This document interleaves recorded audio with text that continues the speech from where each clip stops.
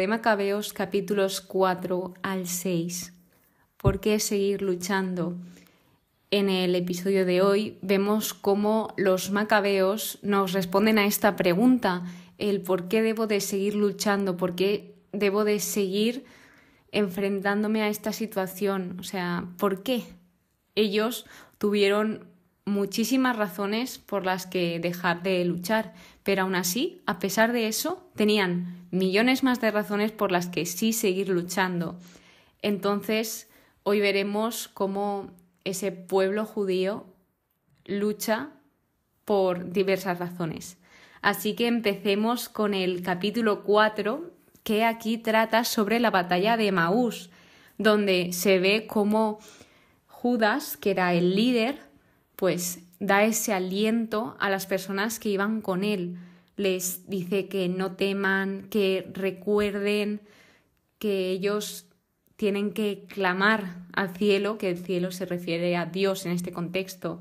Entonces les da esas palabras de aliento que todos necesitamos cuando estamos en una situación tan difícil y tan compleja como esta. Por lo tanto, después de esto, ellos tuvieron como una victoria, pero a pesar de esto, Judas les dijo: contened vuestros deseos. Y esto no quería decir que estuviesen siempre conteniendo los deseos, sino que cada cosa tiene su tiempo y que tal vez ese no era el momento de disfrutar el botín. ¿Por qué? Porque justamente venía otra guerra por ahí. Entonces debían de esperar para poder disfrutar eso. O sea, siempre tenemos deseos de hacer muchas cosas, pero tal vez no es el momento indicado. Y aquí es donde viene esta maravillosa palabra que se llama autocontrol, donde os quería compartir su significado porque dice algo muy interesante. El autocontrol es la habilidad que permite regular las emociones, pensamientos, comportamientos y deseos que cada ser humano tiene. Ojo a lo que sigue. Este proceso cognitivo es necesario a la hora de cumplir metas y alcanzar ciertos objetivos. Es decir, es necesario tener autocontrol porque hay que pararse a pensar las cosas como aquí. Aquí pues ellos lo primero que se te viene, vamos a disfrutar de todo esto, que sí, que se disfrutará, pero más tarde. O sea, cada cosa tiene su tiempo. Por lo tanto, continuaron y vino la primera campaña de Elías, donde se puede observar cómo ese ejército, esos soldados de Judas, estaban resueltos a vivir o morir valerosamente, es decir, que estaban dispuestos a luchar por cada razón que tenía cada uno y también por los demás, por su pueblo. Entonces, algo interesante aquí es que los enemigos se daban cuenta. Es decir, cuando tú tienes las cosas muy claras y tú estás persiguiendo un objetivo, una meta, las personas de tu alrededor se dan cuenta que tienes ganas, que vas a luchar por ello, y esto puede ser muy bueno porque te pueden seguir apoyando, o por el contrario puede ser no tan bueno porque van a ir a por ti. Sea cual sea, mantente firme y sigue luchando por ese sueño que tengas.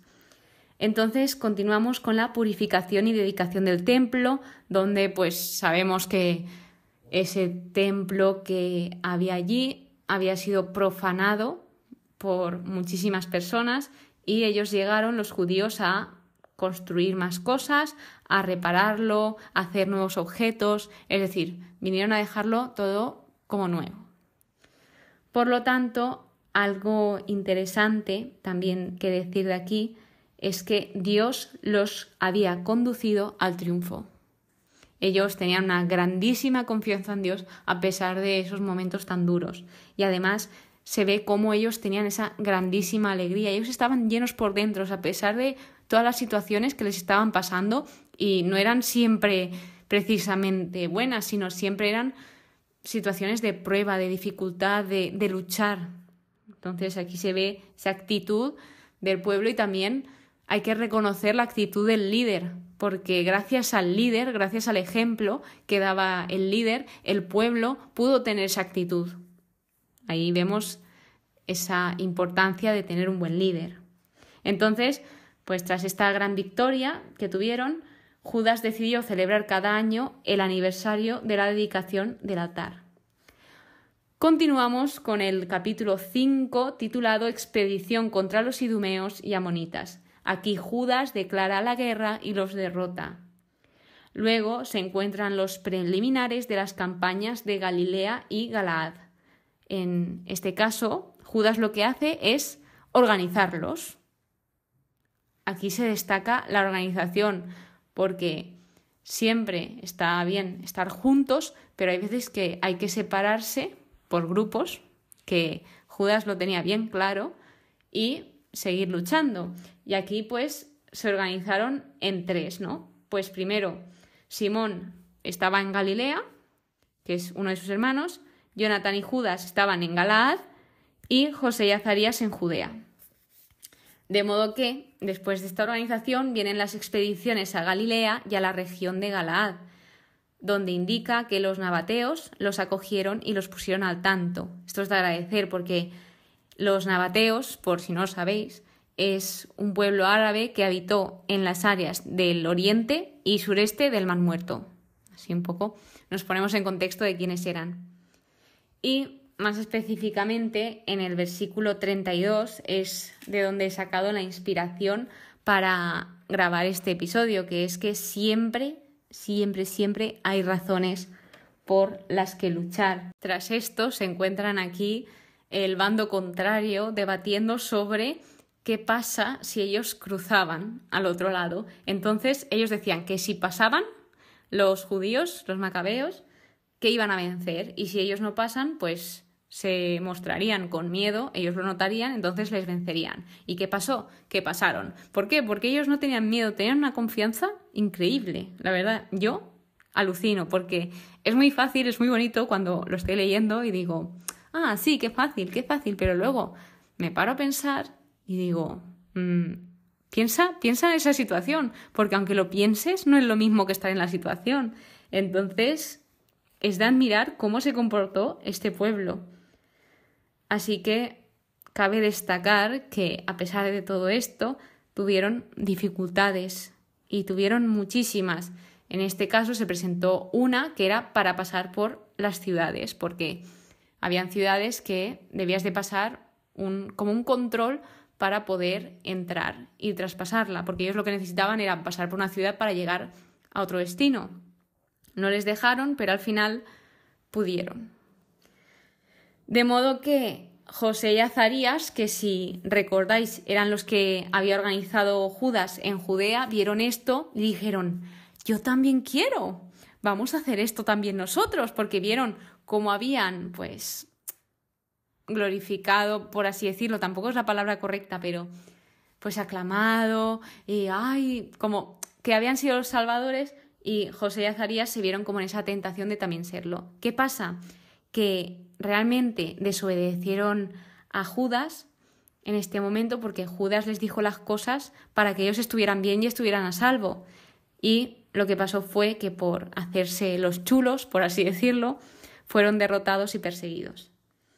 Después de esto vienen los éxitos de Idumea y Filistea, donde indica que el valiente Judas y sus hermanos alcanzaron gran honor y fama. Llegando al capítulo 6, último capítulo de hoy, es el fin de Antíoco Epífanes, donde él tuvo la intención de tomar una ciudad de Persia, que era Elimaida, pero no lo consiguió. Entonces, tras no conseguir esto y todas las batallas que había perdido contra los judíos, pues cayó enfermo de pesadumbre. ¿Por qué? Porque no le habían salido las cosas como él quería. Y lo más importante de este trozo, y diría que aparte del tema que se trata, que es el seguir luchando, es el darse cuenta de nuestros errores. Y aquí él, el enemigo que tanto daño había causado, en este caso, se dio cuenta de que hizo las cosas mal. Entonces él reconoció, diciendo, pero ahora caigo en la cuenta de los males que hice en Jerusalén, cuando me llevé los objetos de plata y oro que en ella había y envié a gente para exterminar sin motivo a los habitantes de Judá. Es decir, que muchas cosas las hizo incluso sin sentido, o sea, lo reconoció. Y esto, pues, es de agradecer, es de admirar, de que lleguemos a darnos cuenta de nuestras cosas, de nuestros errores, porque no es fácil, es muy fácil ver los errores en los demás, pero ¿y en nosotros? Entonces, hoy también te invito a que reflexiones sobre qué puedo mejorar en mí para ser mejor persona y ser mejor, en definitiva, con los demás. Luego se viene el advenimiento de Antíoco V. Después de esto, Judas Macabeo pone cerco a la ciudadela de Jerusalén, donde aquí los impíos se quejaron. Continúa con la campaña de Antíoco V y Lisías, batalla de Bet Zacaría. Y aquí, algo que también me impresionó, es que llevaron a animales a luchar. Es decir, llevaron elefantes, bestias, animales, como he dicho. Me refiero, lo pone literalmente en la Biblia, que llevaron, lo que más me impresionó, elefantes. Llevaron elefantes a luchar. Siguiendo, algo que destacar del otro bando es que avanzaban con seguridad y buen orden. Hay que reconocer, a pesar de quienes sean, si las cosas se hacen bien o mal. Y, oye, aquí hay que reconocer que el ir con seguridad y encima en orden, organizados, ya dice bastante. Dice que, pues por lo menos, las cosas están preparadas. Y luego se habla de Eleazar, que era hermano de Judas, y él se entregó por salvar a su pueblo. Como veis, siempre hay alguna razón por la que luchar, por la que hacer cualquier cosa. En este libro lo destaca mucho. De hecho, lo estoy rodeando cada vez que sale una razón. El por qué hace esta cosa, pues lo dice. Lo hace por esto, por otro motivo, por lo que sea. Y lo último que aparece es que los sirios toman Bet-sur y citan el monte de Sión, y que el rey concede a los judíos libertad religiosa. Aquí se propone hacer las paces y permitirles vivir según sus costumbres, porque si no habéis escuchado el anterior episodio, les obligaban a hacer todo como ellos. Es decir, ellos tenían otra cultura, otras creencias, otras costumbres, y si tú no hacías eso, pues te mataban o lo más parecido que hay. Entonces, pues ya como que se les propuso hacer esto. Entonces ellos aceptaron, pero ¿qué pasó? ¿Qué pasó? Que el rey violó el juramento. Entonces, esto ha sido todo por hoy, estos 3 capítulos. Espero que hayas visto un poco de por qué todas estas personas luchaban y no se cansaban, a pesar de que también pasaron por miedo, por dificultades, por nervios. Ellos seguían ahí y con motivos siempre. Así que hoy te animo a que sigas luchando por aquello, que sepas que no estás sola, no estás solo y que estamos aquí todos contigo. Y nada, que sepas que rezo por ti y quería compartiros, si habéis llegado hasta aquí, algo que nunca había pasado en mi podcast. Y si estás llegando hasta aquí, seguramente esto sea para ti, porque nunca lo hago. Y pues hoy estaba en la Eucaristía y se me ha venido a la cabeza a vosotros, ¿no? A las personas que estáis escuchando esto. Por lo tanto, algo que suelo decir o he dicho alguna vez en los episodios es que Dios te ama, que Dios te quiere. Pero hoy en particular, como que cuando he pensado en las personas que me escuchan, he sentido como que debía decir en este episodio que Dios te quiere. O sea, como que he sentido ese mensaje para ti, que Dios te quiere, que está ahí y que eres especial, que no te desanimes, que lo tienes ahí a tu lado y tienes a muchísimas personas orando por ti. Lo digo siempre, creas o no creas, siempre va a haber alguien dedicándote tiempo, dedicando parte de su día a la oración por ti, incluso ofreciendo algún sacrificio, como puede ser ayuno, como tal vez pueden dejar de hacer algo que les gusta y ofrecerlo por ti. Pues sí, en mi caso también estoy ofreciendo por vosotros. Y nada, que muchísimas gracias por escucharme. Nos vemos en el siguiente episodio y que paséis muy buen día. Que Dios te bendiga.